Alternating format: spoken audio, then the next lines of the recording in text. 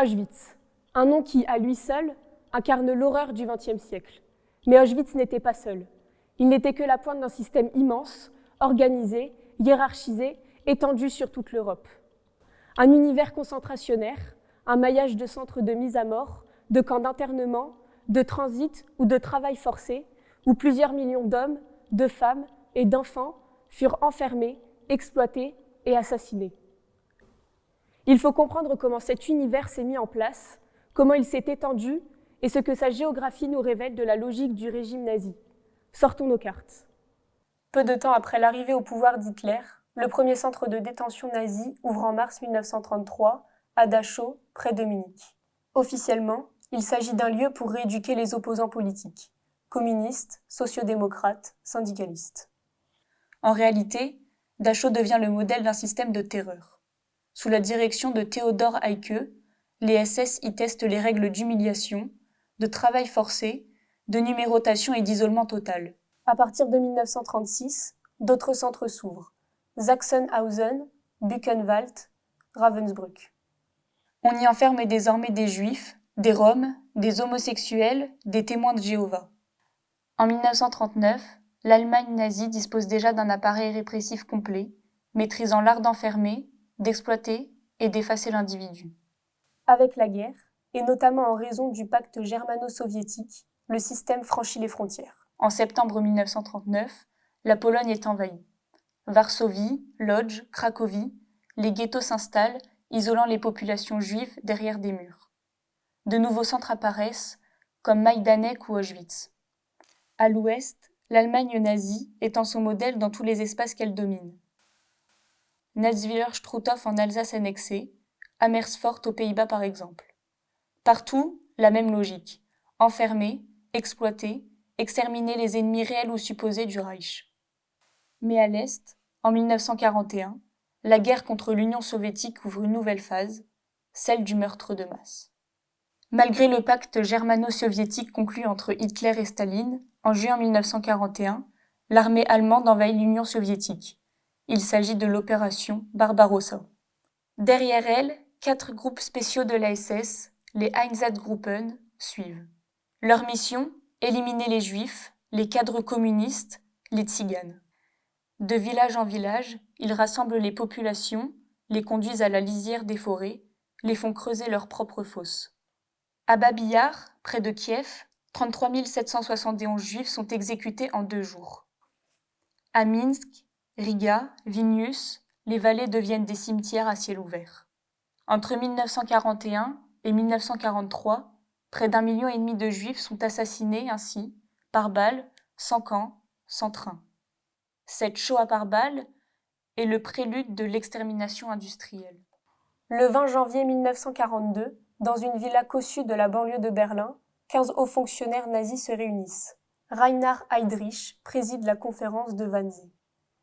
Il ne décide pas le génocide déjà engagé, mais en fixe les modalités. La solution finale de la question juive doit concerner l'ensemble du continent. 11 millions de juifs sont recensés. Tous doivent être déportés vers l'Est, dans des centres de mise à mort. Ces centres seront installés en Pologne, un territoire conquis, central et surtout déjà vidé d'une partie de ses habitants. C'est là que la géographie devient l'instrument du crime. 6 points sur la carte, 6 lieux d'anéantissement total. Chelmno. Dès décembre 1941, on y expérimente le gazage dans des camions hermétiques.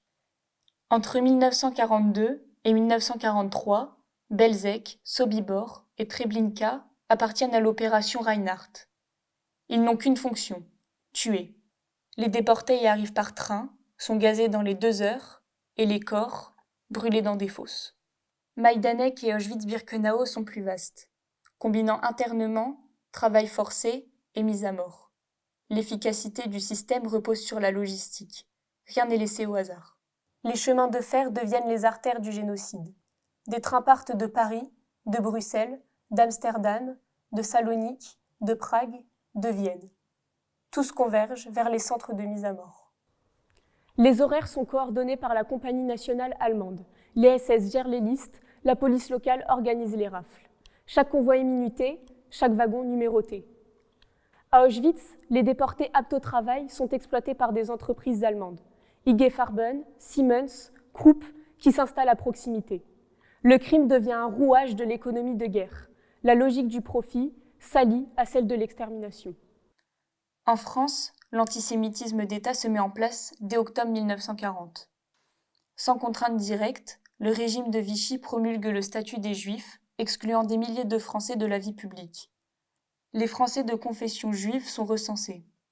Ils sont progressivement stigmatisés, puis on leur impose le port de l'étoile jaune en juin 1942. À cette date, la collaboration s'intensifie pour répondre aux exigences de la solution finale. La police française participe aux rafles. Celle du Vel-d'Hiv, les 16 et 17 juillet, arrête plus de 13 000 personnes, dont 4 000 enfants. Le camp de Drancy, au nord de Paris, devient le principal centre de transit vers Auschwitz. De là, 63 convois partent entre 1942 et 1944. Dans la zone sud, d'autres camps existent. Gours, Rivesaltes, Les Milles, où juifs étrangers et réfugiés politiques sont internés. La France n'est pas spectatrice, elle participe à la mécanique européenne de la déportation. L'été 1944 marque le recul allemand. À mesure que l'armée rouge progresse, les SS évacuent les camps de l'Est. Des dizaines de milliers de déportés sont contraints de marcher vers l'Ouest. Ce sont les marches de la mort. En janvier 1945, Auschwitz est libéré par les Soviétiques.